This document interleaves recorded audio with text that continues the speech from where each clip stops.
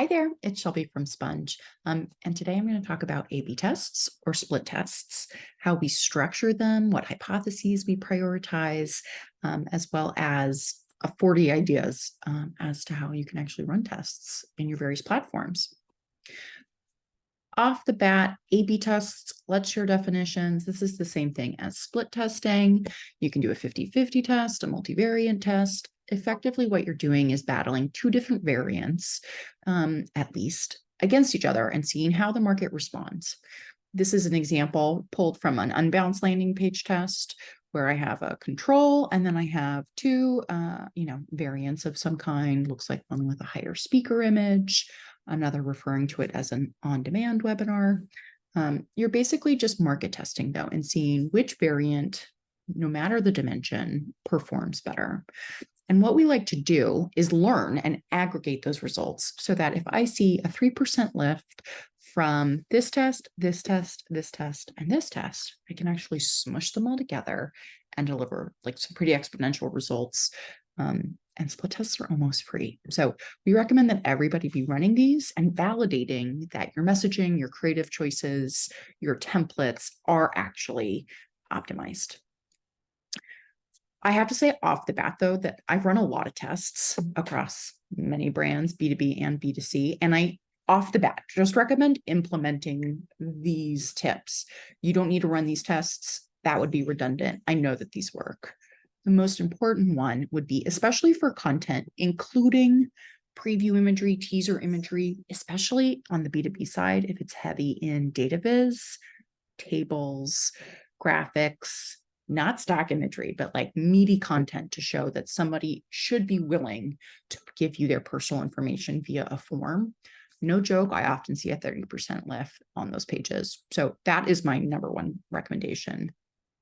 I'd also include any third-party validation, whether that's happy customer logos. If you're doing an analyst or third-party, content syndication program, any kind of reporting work, include those logos. Forrester and Gartner, they have larger brands than most of us at our companies. So you definitely want to add that expertise to your offer. I also find that, interestingly enough, adding a pull quote on a dark background, like really giving it a lot of impact, performs really well. Readers are so lazy when it comes to website content and their consumption of the copy. So anything you can do to keep your content slim and then have your special pull quote be especially highlighted will help the page. I also never recommend including a top nav on form pages. If they're hitting a form page and you're paying for it, especially on PPC, the only exit needs to be the form or them leaving the page itself. There's no distractions. Similarly, I always recommend having the form visible. Don't tuck it behind a button. Have it be visible the second they land on the page. And similarly, make sure it's above the fold. Again, the second I land there, I know exactly what's happening. It is a form page. It is an offer. The offer looks cool, and here's where I access it. And then lastly, I recommend having what I'm calling a special color for the button. Designers love to create, designs that are tonal and elegant, and form fills aren't elegant. It doesn't need to be a blinking orange button, but it needs to be distinct on your page. I've run this test 1,000 ways. I do think it is related to the overall branding of your page, your background colors, etc. But setting aside a color as special and probably vibrant will help you in your form conversion. This is an amalgamation of all of those lessons for what it's worth. This was an offer we had with Forrester. So we have our corporate logo over here and Forrester's over there. We even gave them pride of place very specifically. We have a preview of the content itself, including a table. We have a dark pull quote here, like I mentioned. Very little body copy. We have our customer logos at the bottom, and we have our dedicated color. This color is not used anywhere else, but it is complementary. So this is a summary visually of what I was saying.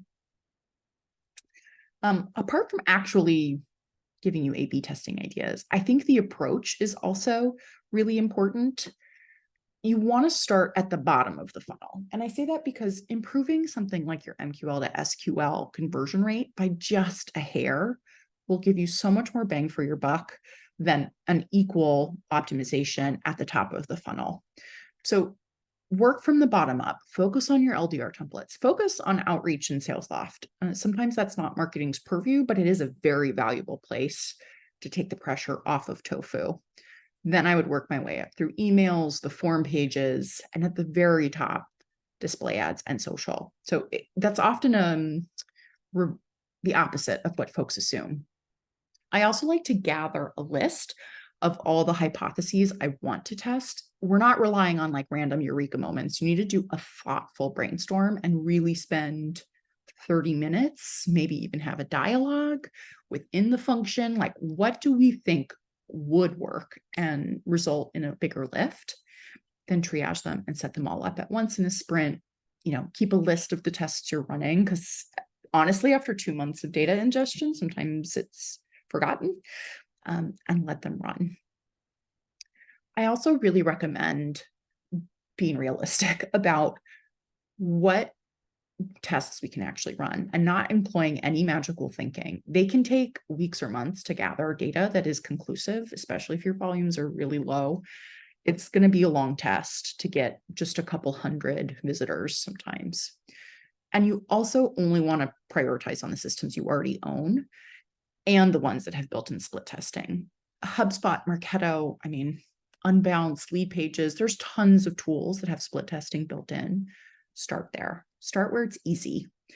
Because if your company wants to figure out a way to, for example, serve a different website to different visitors, like that's a really interesting test that you can run, but you're going to spend 2 months setting it up. So I don't recommend doing an aspirational A/B test and losing weeks, maybe the quarter, before you actually start to roll out the findings that you've gathered. I also don't recommend small tests when it comes to creative or copy. I would be bold here. So unless it is like 2 wildly different colors, 2 dramatically different imagery styles, 2 different taglines, I really would not look at wordplay or some of those more like nuanced edits. They're just not going to deliver meaningful results. And then probably most importantly, I'm a rubber hits the road kind of person. You've gathered some cool factoids, and then what happens? So I think it's really important to have a plan, because adopting your findings and rolling them out in a systemic way across all of your assets, all of your vendors, we're trying to lift all boats here, is actually the real X factor, and rarely it happens. So think through, once you know what your special highlight color is, or once you know, how a certain phrase for what you call webinars works, how do you actually brief people, internal and external, including your agencies? And then how do you go back and update all of your global templates and comb through existing programs and actually hand implement the changes? That is hours of work. But again, it's the only way you actually lift the boats and the conversion rates. A model I have seen at a client that I really liked was using a quarter to do a sprint and run all of the tests.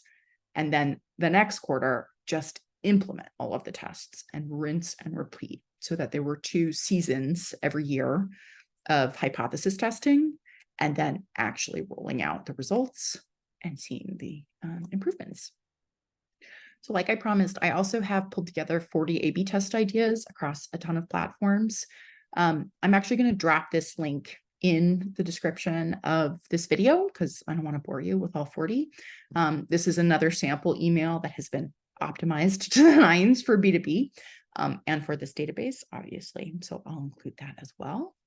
And when in doubt, visit Sponge.io. We've got tons of blogs on these topics, and I hope you learned something.